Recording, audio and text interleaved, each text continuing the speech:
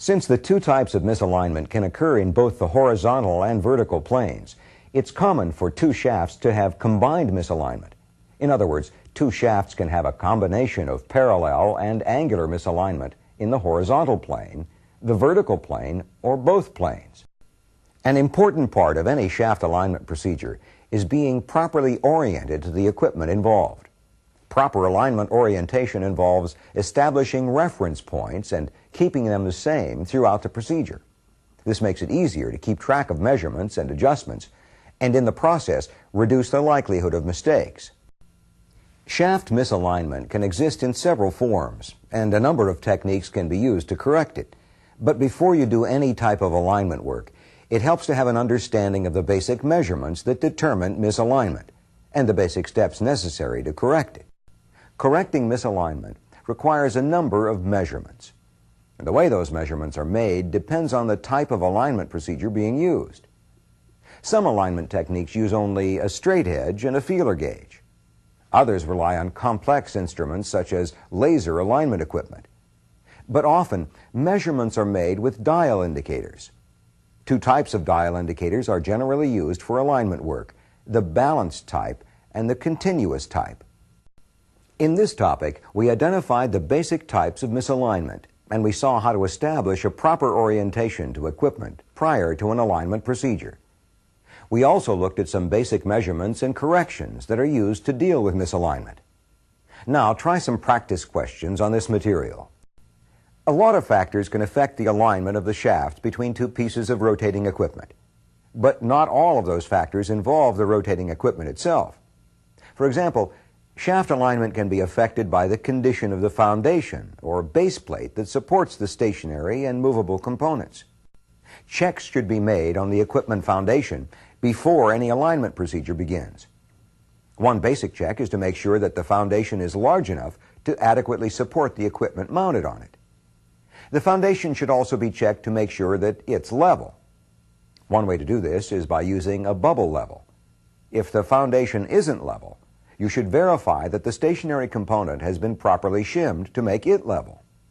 This can be done by placing the bubble level on the shaft or other horizontal surface of the stationary component. If the foundation is concrete or grouted, it should be checked for cracks or loose material that could make it unstable. Also, all anchor or hold-down bolts should be checked to make sure that they're tight and in good condition. The surface of the base plate should be thoroughly cleaned to ensure that the equipment can sit solidly on the foundation. The seating surface, as well as each foot of the equipment, should also be stoned to remove nicks, burrs, or other raised imperfections. We can demonstrate one way to check for soft foot using this motor, which is being reinstalled after repairs. The foundation and the motor's feet have already been properly cleaned, and the hold-down bolts have been tightened. Once the basic preparations are complete, a dial indicator is mounted to detect any vertical movement of the motor shaft. Then a second dial indicator is mounted on the first foot of the motor that will be checked. Each dial indicator is mounted so that its stem is partially compressed before the indicator is zeroed. Doing this ensures that each dial indicator will be able to detect movement during the procedure. Next, the hold-down bolt on the first foot is loosened, and the dial indicators are checked. If either dial indicator detects more than the allowable limit of movement, which at many plants is 2 mils, then the foot is soft. To understand why two dial indicators are preferable, we need to look at some illustrations. Whenever a dial indicator reading indicates that a soft foot exists, it's a good idea to insert a feeler gauge under the foot to check the gap. If the feeler gauge fits evenly underneath the foot, then the foot is fairly parallel to the base. If the foot is fairly parallel to the base, shims of the same thickness as the gap should be installed to correct the soft foot. Then the hold-down bolt should be retightened. And the procedure should be repeated to verify that the soft foot condition has been corrected. Each foot of the motor should be checked in the same manner.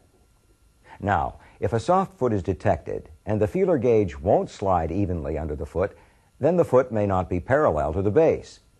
In that case, the foot or the seating surface of the foundation may have to be reworked, or the foot may require special shimming. In any case, once corrections have been made, the procedure should always be repeated to verify that the soft foot condition has been eliminated. Both dial indicator stems should contact the rim of the pump's coupling hub. After the dial indicators are zeroed, the bolts for the suction and discharge pipe flanges are loosened to relieve any pipe strain that may be present. The dial indicators are checked as each flange is loosened to determine if the pump moved because of pipe strain. A facility usually has set limits for the amount of pipe strain that's allowable. In some facilities, any movement of more than 2 mils must be corrected. To correct pipe strain, pipe hangers and supports may need to be adjusted. After the adjustments have been made, the pipe strain check should be repeated to make sure that the pipe strain has been corrected.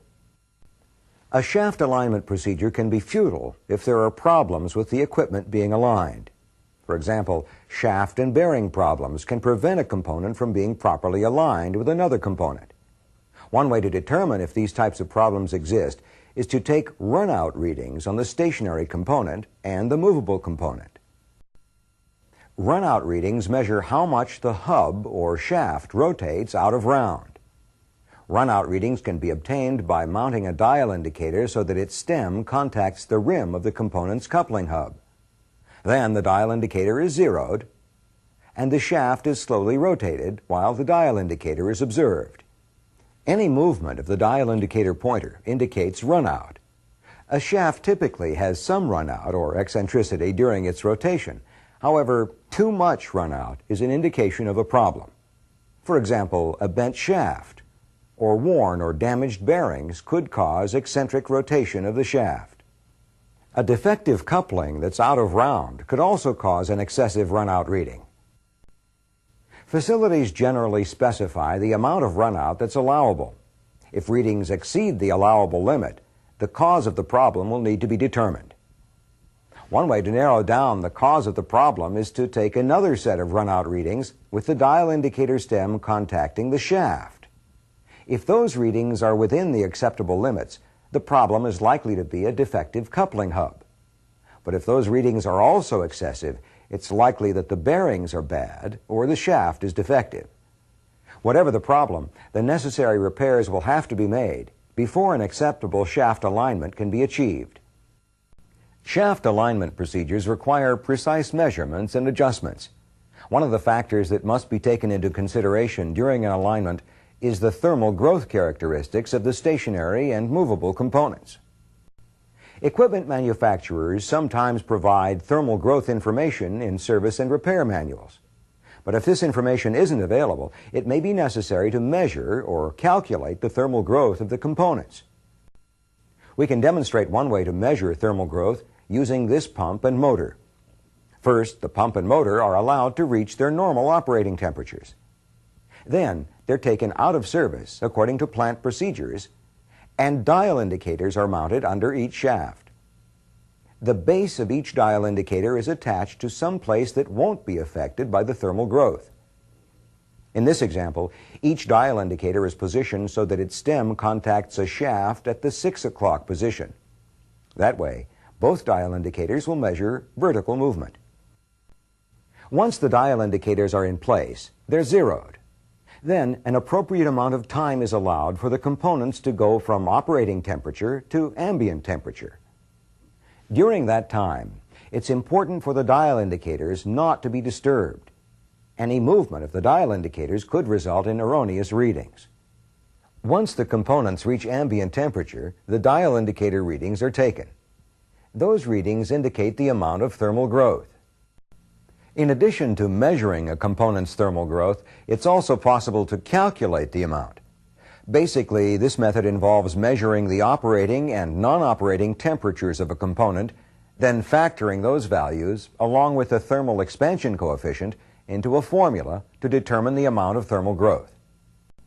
The basic purpose of a shaft alignment is to make sure that the center lines of the shafts are as close as possible to being collinear.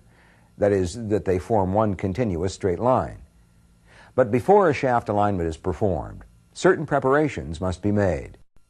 For example, since safety is always the top priority during any maintenance undertaking, All applicable lockout-tagout procedures must be followed. Also, the equipment being aligned must be cleaned and inspected, and any conditions that could interfere with the shaft alignment, such as soft foot, must be corrected. To begin the procedure, the mechanic forces the pump shaft inward as far as it will go. Then he mounts a continuous type dial indicator so that its stem contacts the face of the hub. He then zeroes the dial indicator. Since the dial indicator stem was partially compressed during mounting, the small pointer indicates that nearly 200 mils of stem travel have occurred. With the dial indicator in place, the mechanic forces the shaft outward as far as it will go. Then he takes a reading from the dial indicator. Axial movement isn't confined to equipment like pumps. It's also present in motors. But because of the magnetic field that's created by a motor's windings, the shaft is held in the same position each time the motor operates. That position is referred to as the shaft's magnetic center. The first step in determining the magnetic center of a motor shaft is to make sure that the motor is properly secured and that any loose coupling parts have been removed. Also, the shaft should be cleaned of any dirt or grease. Then the motor can be started up. As the motor comes up to speed, there's a noticeable amount of axial shaft movement until the magnetic field pulls the shaft into its normal operating position. At that point, the shaft is sprayed with layout dye, and a line is lightly scribed into the dye using the end bell of the motor as a reference point. Later, when the motor is shut down, the mark on the shaft can be lined up with the reference point to place the motor shaft at its magnetic center. Once the shafts of the components involved in an alignment have been positioned at their mechanical and magnetic centers, the coupling face gap can be set to its proper specification. This is done by inserting a feeler gauge the size of the ideal face gap between the coupling hubs and maneuvering the movable component until the proper gap is achieved. Different methods can be used to align the shafts of rotating equipment, but often, before precise alignment procedures are performed, a rough alignment is done to bring the shafts within a reasonable measuring range. One way to do a rough alignment is to use a straight edge and a feeler gauge. Performing a rough alignment using a straight edge and a feeler gauge involves repeatedly measuring and making adjustments to bring the shafts into relative alignment. Much of the procedure is based on visual observations and estimations, so there's a certain amount of trial and error involved. In many cases, the lack of precision is acceptable, though, because more accurate alignment techniques will be used later. Let's watch as a mechanic performs a rough alignment on a pump and motor using a straight edge and a feeler gauge. The pump and motor that we're using are in a shop, but the same basic procedures can be used on equipment in a plant.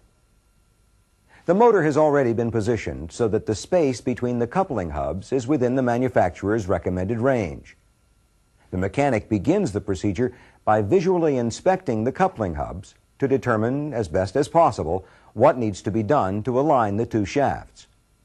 From the side view, it looks like the hub of the motor is slightly lower than the hub of the pump, and that the motor is angled downward. In other words, it looks like there's parallel and angular misalignment in the vertical plane. Looking at the hubs from the top, it looks like there's also a combination of parallel and angular misalignment in the horizontal plane. The mechanic will deal with the misalignment in the vertical plane first. He starts by measuring the face gap of the coupling hubs at 12 o'clock and 6 o'clock. Since the face gap is greater at 12 o'clock than at 6 o'clock, the back end of the motor will have to be raised to correct the angular misalignment. But before he does that, the mechanic places a straight edge across the coupling hubs to see if the motor needs to be raised or lowered to correct the parallel misalignment in the vertical plane. He verifies that the motor is slightly lower than the pump. This means that both the coupling end and the back end of the motor need to be raised. So the mechanic loosens the hold-down bolts on the motor's mounting feet and adds what he thinks are enough shims to correct the misalignment. Because of the angular misalignment, he shims to raise the back end of the motor more than the coupling end. Then he repeats the measurements to make sure that the shims took care of the problem. If there's still misalignment in the vertical plane, He'll continue adjusting the shim thicknesses and measuring as needed until the shafts are close to being aligned. As he corrected the misalignment in the vertical plane, the mechanic used visual observations along with some rough measurements. But there are steps that can be taken to reduce the amount of trial and error involved in this procedure. These steps involve some additional measurements and calculations.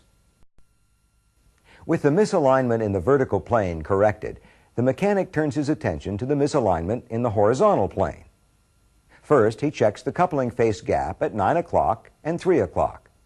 When he does, he finds that the gap at 3 o'clock is slightly greater, so there's some angular misalignment in the horizontal plane. He also places a straight edge across the hubs to see if there's any parallel misalignment. In this case, he finds that the motor is offset in the 9 o'clock direction. To correct the misalignment, the mechanic uses jacking bolts to shift the motor towards 3 o'clock. Because of the angular misalignment, he shifts the back end of the motor more than the coupling end. As he shifts the motor, he continues to check the alignment of the couplings.